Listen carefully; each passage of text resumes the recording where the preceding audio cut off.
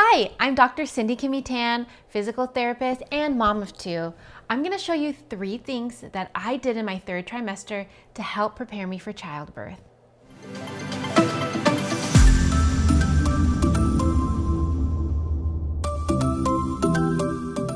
The first thing that I did in my 3rd trimester for both of my kids is that I went ahead and I stretched my hips and pelvis muscle.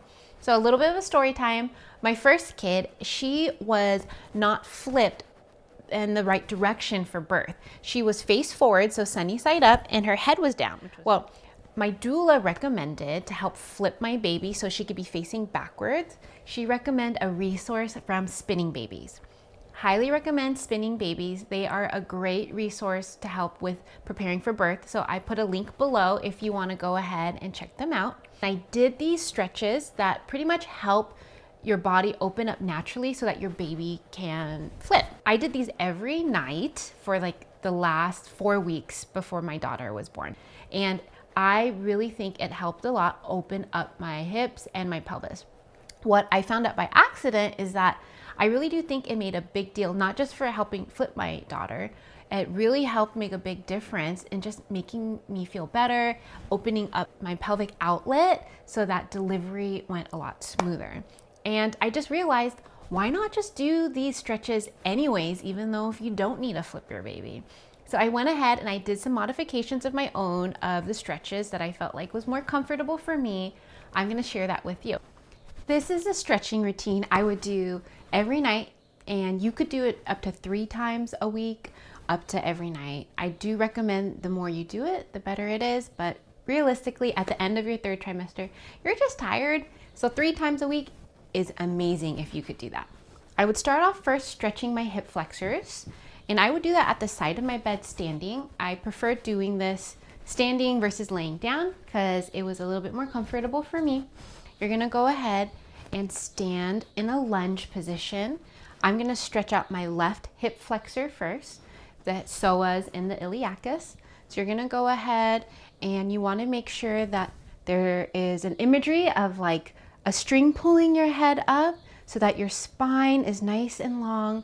You're also gonna go ahead and make sure that your pelvis isn't tilted forward in an anterior tilt. You wanna make sure it's nice and neutral, so tuck that tailbone in so that you have a nice neutral pelvis. If you're not sure what a neutral pelvis is, you're gonna go ahead and do like a little heart. I like to call it the happy heart. Put it on your pelvis, and you wanna make sure the happy heart is pointed forward and not up like this or down. So make sure your happy heart is forward. And then you should feel a nice stretch here in the front of the hip.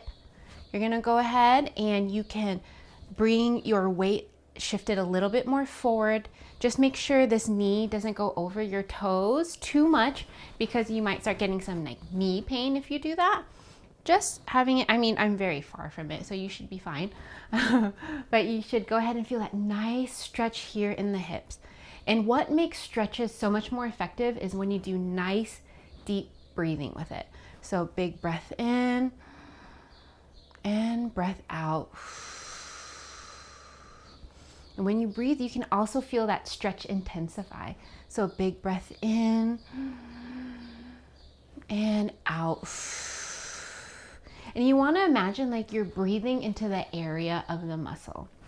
You're going to go ahead, hold that for about like 10 breaths, and you're going to switch and then do the other side.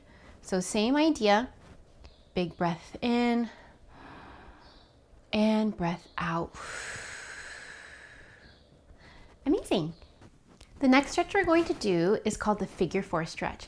And this stretch is great to open up the hips and to stretch out the deep hip muscles right here in the back. So you're gonna get on the edge of the bed. You're gonna bring your foot and your knee onto the bed. So we're gonna stretch out the right hip first. The left leg is gonna stay on the floor. And what you're going to do is you're gonna put the weight onto your right leg, just like this, and your hands in front. You can feel a nice deep stretch into that hip. You're gonna go ahead and take 5 to 10 deep breaths. So breath in and breath out. And if this is a little bit hard on your wrist, putting the weight on the wrist, you can go ahead and make fists just like this. So your wrist would be more neutral and not compressed. That should feel a lot better. Once you do the 5-10 deep breaths on the right side, you can go ahead and switch and do this on the left side. There is a modified version that you can do if going over the edge of the bed was a little bit too hard on you. You can go ahead and sit, and let's stretch out the left hip. So what you're going to do, you're going to bring that left ankle on top of the right thigh, and then you're going to have your left hand push down on that left knee, applying a very light pressure. You should feel a very good stretch in that back of that left hip. So big breath in and breath out. You want to go ahead and do this 5-10 times, and then you're going to repeat this on the other side. The next stretch that you want to do, it's called the cat-cow. This is a great stretch and mobility exercise to open up the abdominal area, your pelvis, and your hips to make room for the baby. And just so you guys know, I am 4 months postpartum, so I am so stiff still. So you're gonna see how my lack of movement isn't quite there. But what you're going to do, hands is underneath your shoulders and your knees are underneath your hips, just like this. You want to make sure that your head is going the opposite of what your back is doing. So when you're doing the cat, you're going to drop your head down, take a deep breath in and breath out.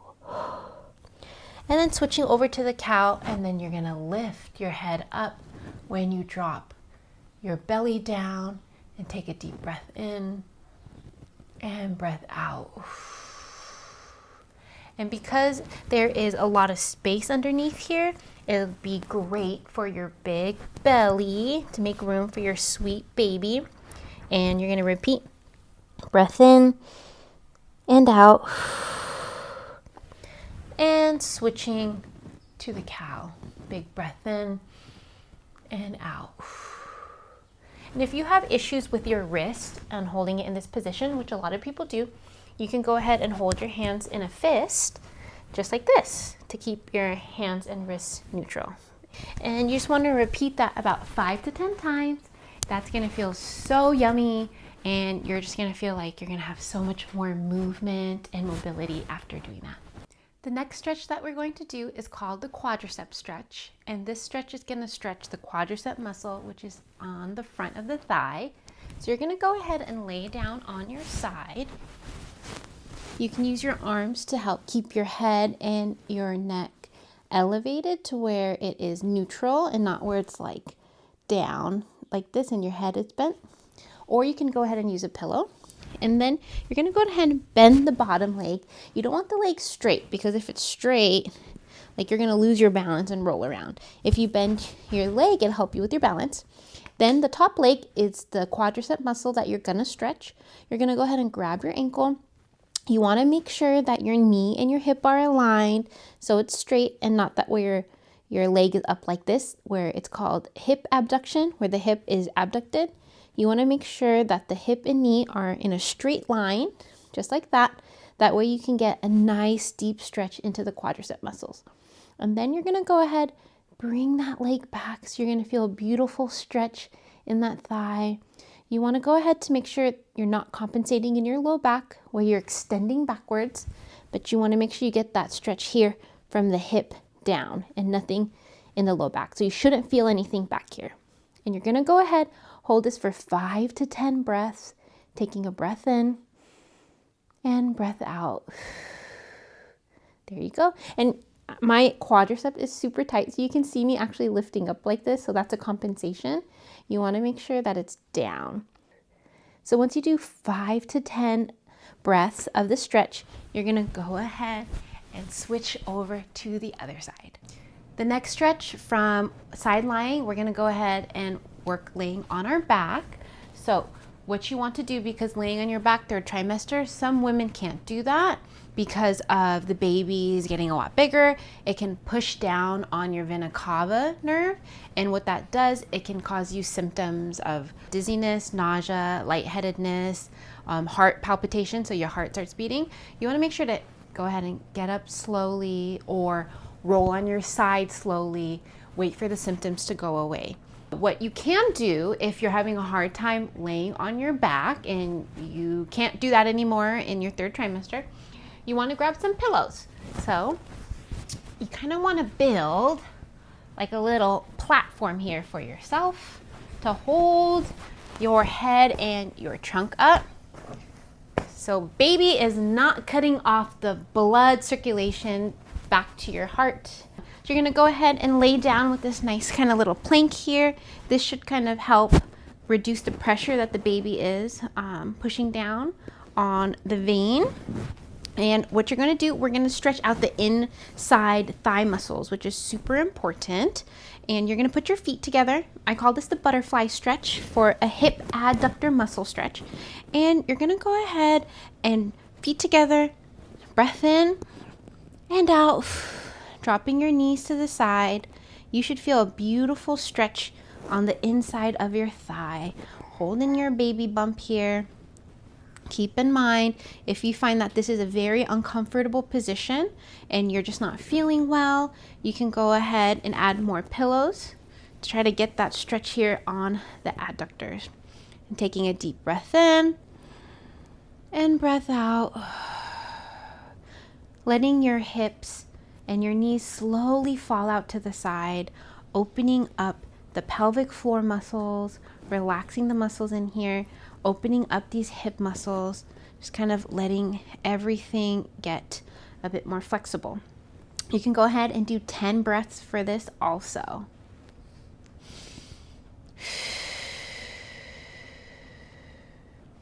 Okay, next, you want to go ahead and make sure you have some sort of towel or like an extra sheet, maybe a rebozo or a stretching strap. I'm just going to use a towel here. And what I used when I was pregnant, I used a rebozo, which my husband also helped me during my labor. When I was working through the contractions, I used the rebozo. So that's another thing we'll talk about another time. But you're gonna go ahead and once again lay down on your pillows if you can't lay down on your back because baby is bumping. And then you're gonna have one leg straight. I'm gonna stretch out the hamstring. So this is the hamstring stretch. And I'm gonna stretch it out here in the back, so the muscles on the back of the thigh. And you wanna put this over your feet. It'll be a little bit harder with the baby bump. And then you're gonna go ahead and bring the towel up, feeling that beautiful stretch here in the back.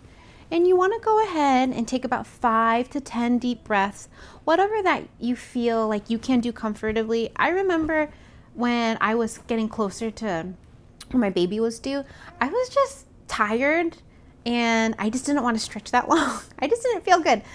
So I really just did like a few breaths and then I moved on. So you want to hold this 5 to 10 breaths or whatever feels good to you. And then you're going to go ahead, bring your leg out to the side and stretching out the rest of the hamstring. So the hamstring, fun little thing, it has 3 muscles. Yeah, 3 muscle bellies. So you want to get all of the angles and get all of the muscles. So I'm bringing it out here. Nice deep breaths, 5 to 10 breaths.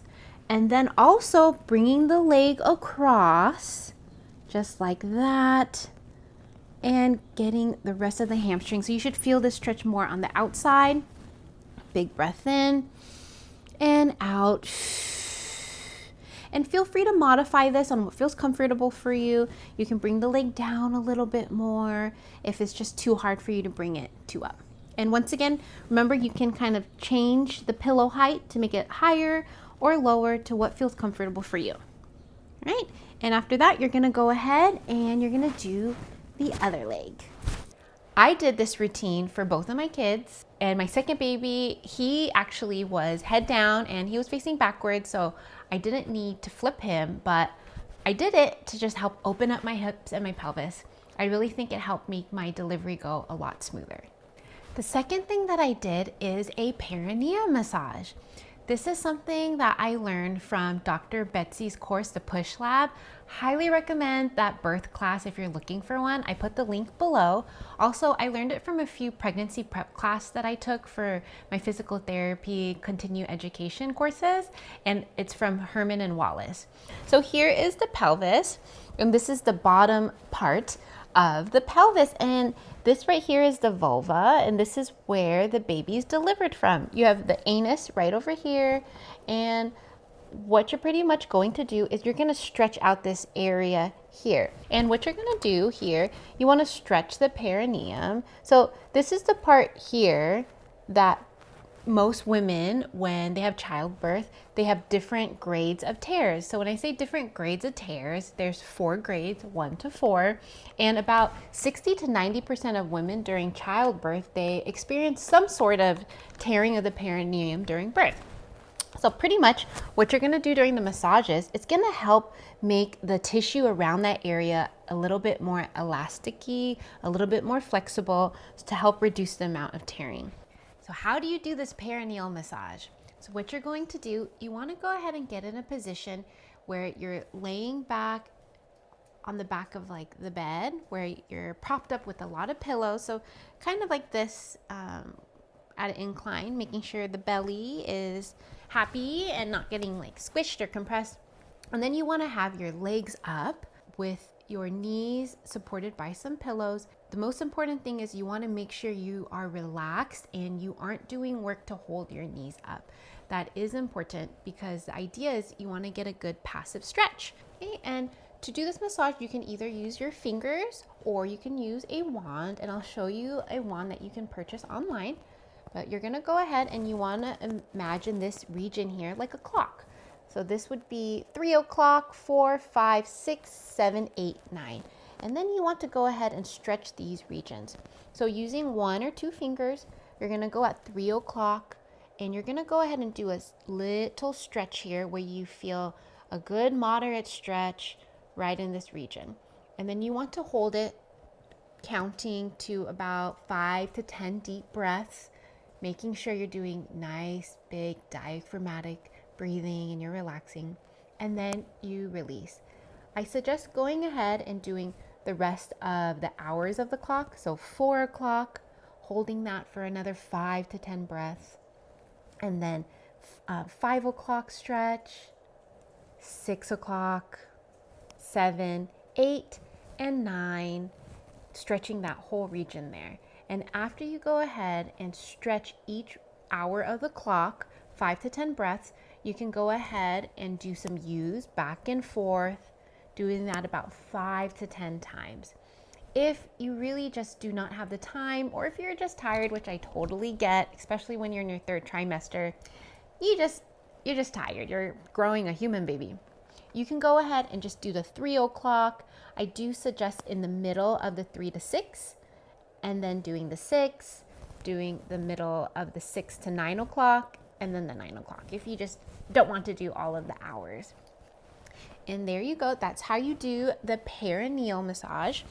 And what I do recommend, you can go ahead and use a wand. So this is the Perimom wand. And I think this is just like really fun to use because one, it's just so hard to reach down there, especially when you have like a big belly going on.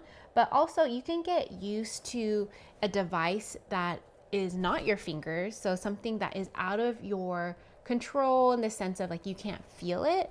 Getting used to having something like that in that region, because when you're giving birth, the doctor is going to be like touching, the parts over here. So this is a great way to help you become desensitized to things happening in this region. So, yep, you can go ahead, and I added the link below of this wand if you wanted to go ahead and purchase. And then, by the way, when you do the massage, you want to make sure to use a lubricant. So you want to use some sort of plant-based lubricant, so coconut oil is great, or you want to use a water-based lubricant. So just make sure that you go ahead and put that on your finger or on the wand before you go ahead and do this massage. You can go ahead and start this massage about 5 to 6 weeks before your due date, maybe even up to or as late as 3 weeks, which is fine. For me, I did about 3 to 4 weeks, but I do suggest you could even do it sooner if you wanted to, if you just want to become acquainted to what's going on down here, and that's completely okay. The third thing that I did to help prepare me for childbirth is practice my breathing. I took a lot of pregnancy classes, both for physical therapists to help women who are pregnant and just courses that everyday people can take who are pregnant. Out of all the pregnancy courses and childbirth classes that I took, I found that this method by Bailey Gaddis was the most simple and easiest to comprehend and absorb. Because let's be real, when you are going through childbirth, you want the easiest thing possible. You don't want to have to think too hard, because you just can't think a lot when a baby is working its way out of you, you know? So I highly recommend this way that Bailey Gaddis teaches you. Sorry if I butchered her last name, but I put the link below to the video. Great resource. The breathing that I did during my contractions, I modified it from the way that Bailey taught, and Bailey taught it in a way where you inhale and you count to 20, and then you exhale and you count backwards 20 to 1. I can't do that. I just can't count backwards, and I don't like counting in the teens. It was like 14, 15, 16, 17. I found that a little complicated. So my spin of what I did is I took an inhale and I slowly counted to 10, and then I exhaled, went back, and slowly counted to 10 again. So imagine that I'm breathing in. So breath in, 1, 2, 3, 4, 5, 6, 7, 8, 9, 10. And then I went ahead and exhaled, counting to 10 again. 1, 2, 3, 4, 5, 6, 7, 8, 9, 10.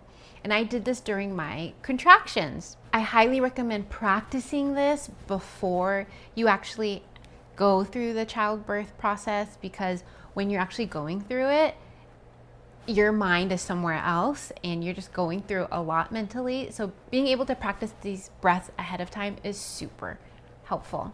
And there you have it. These are just some of the tips and some of the things that I did in my third trimester to help prepare for labor. Just make sure before you do this that you check with your doctor or your OBGYN if you are okay to do these stretches and to do these massages. Thanks for joining me. I'll go ahead and catch you in our next hangout. Hope you have a good day. Bye.